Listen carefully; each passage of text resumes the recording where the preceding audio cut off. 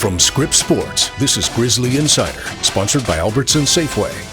Hello, everyone, and welcome to this week's episode of the Griz Insider here on the Montana Television Network. Alongside the voice of the Griz, Riley Corcoran, I'm Kyle Hansen, and the Montana Grizzlies and the Eastern Washington Eagles, Riley, typically play in thrillers. I don't know if we expected this one to be that, but man, what a game at Washington Grizzly Stadium, and Montana 10-0. Yeah, absolutely. It's still trying to unpack all of that, Kyle. It'll be fun here the next half hour to try and do just that, because that game, again, had a little bit of everything, from the Grizzlies getting off to a hot start. Remember, at the beginning of the year, everybody was saying, hey, they're getting off to slow starts. Well, now the last 2 weeks, they've gotten off to hot starts.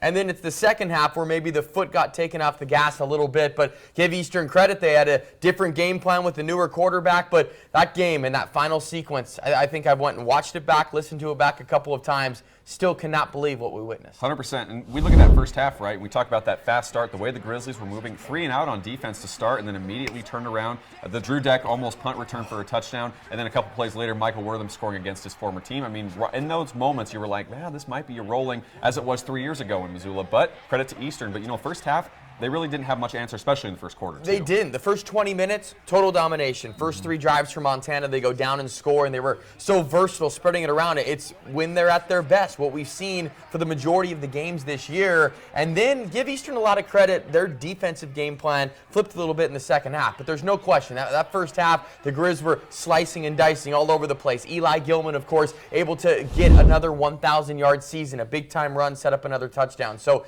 everything was working there. And then everything flipped. It's one of these things where, like, I hate calling things weird when a game happens like this, right? You know that it feels such a like, not for lack of a better word, a lame way to describe it as a weird game. But obviously Eastern, they start chipping away, right? And they get within 8 at halftime, so you could see things start to flip. But then the second half, really, when you look at the totality of it all, not a lot happened really in that half until the very end when things got very frantic. The final 4 to 5 minutes were absolutely wild. The first maybe 25 minutes before that, just bizarre and puzzling to where, yes, Eastern was gaining yardage, but not necessarily getting the points they needed. And for Montana, it was a total flip. And I give Eastern a ton of credit for their defensive game plan, but Montana had 9 second-half possessions. They went 3 and out 7 times. Yeah. And so that is really hard to fathom for a team that had just been rolling in that regard. And then the final sequence. I don't know about you, but from the touchdown to the onside kick, which is probably the most wild part about it, was the onside kick from the timeout from Coach Hauck, to where Eastern had a different onside kick play,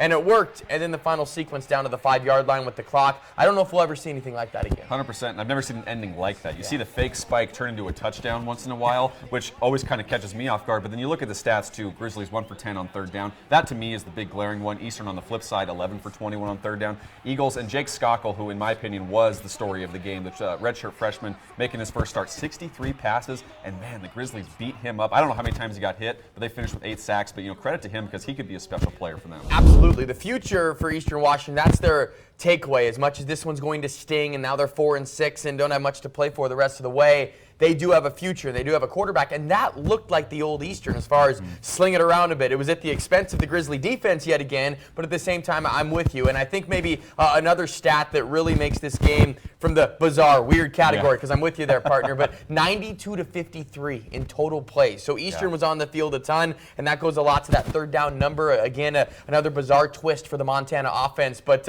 somehow, some way, this team able to win yet again, and 10-0 for just the 7th time in program history. That definitely shouldn't be overlooked, and I'm sure Coach Hauck had plenty to say about it. 100%. I think when you talk to Coach and the players, that's all they're going to care about, is getting the win at the end of the day. 29-24, Montana beats Eastern Washington, and coming up, we'll catch up with head coach Bobby Hauck, as well as Kellen Dietrich, who had a great day against the Eagles. We'll be right back.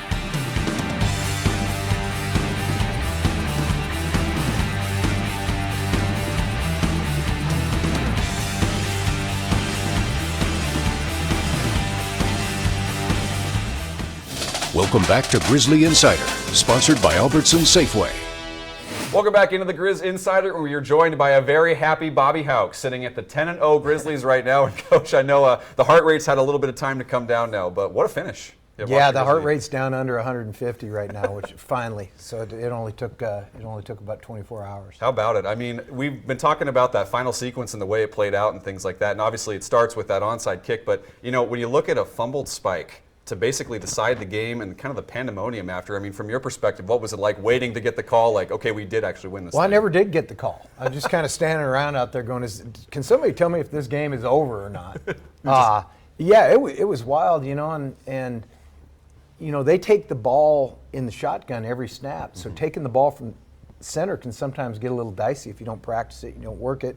And I don't think he ever had the ball.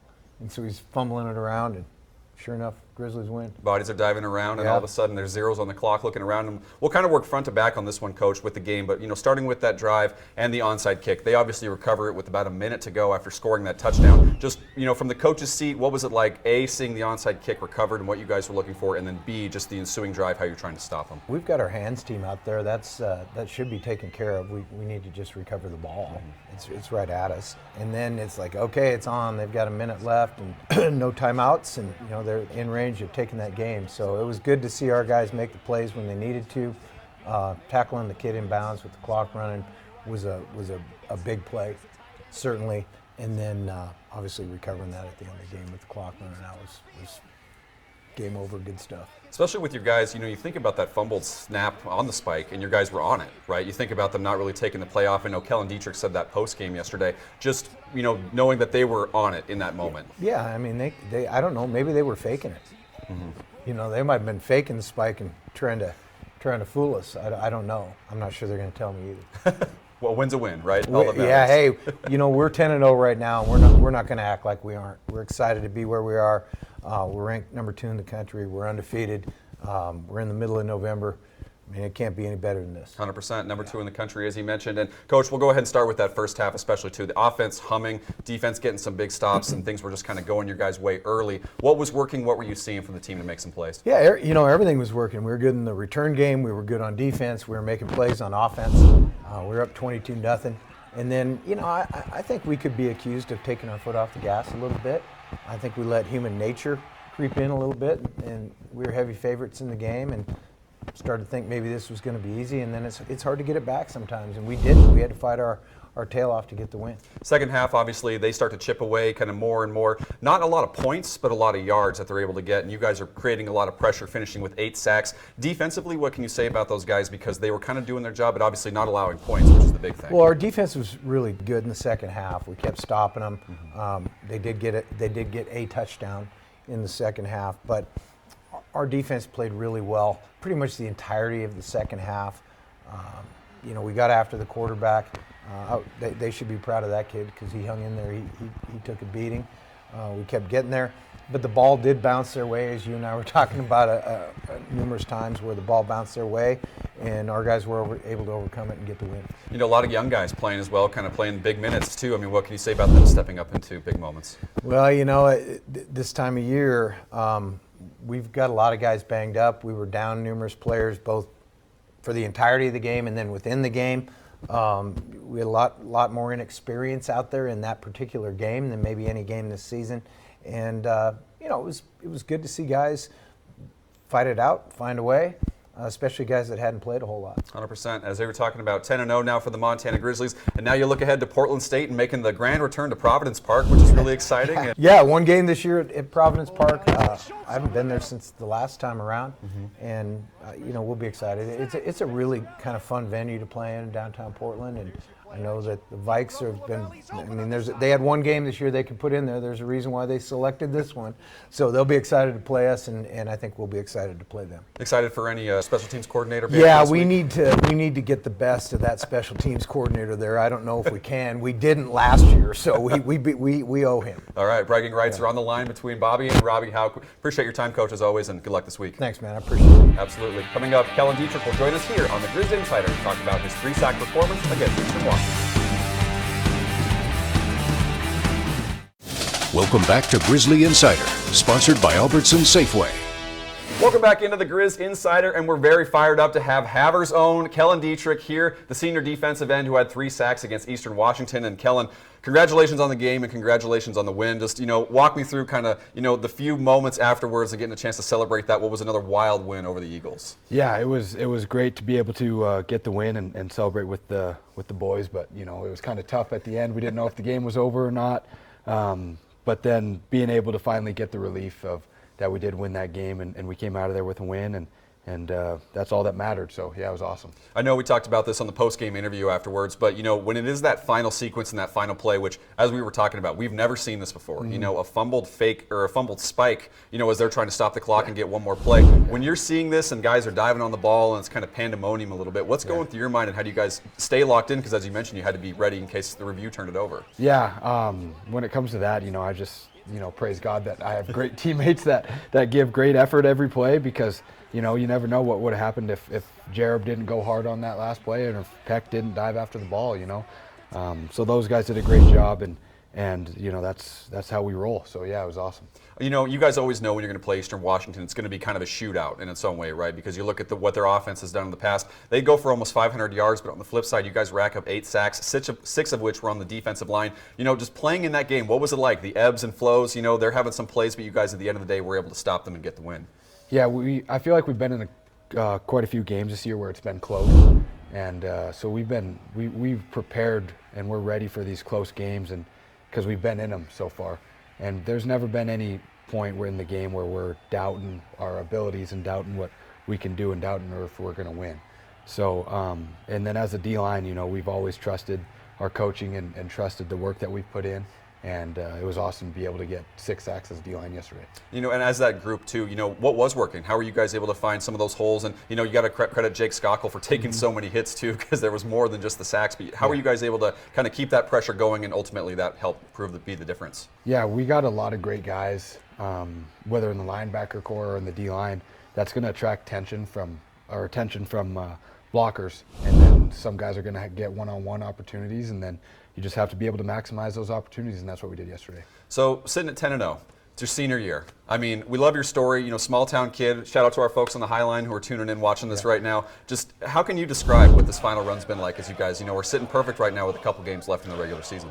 Yeah, I mean, you honestly can't ask for much more.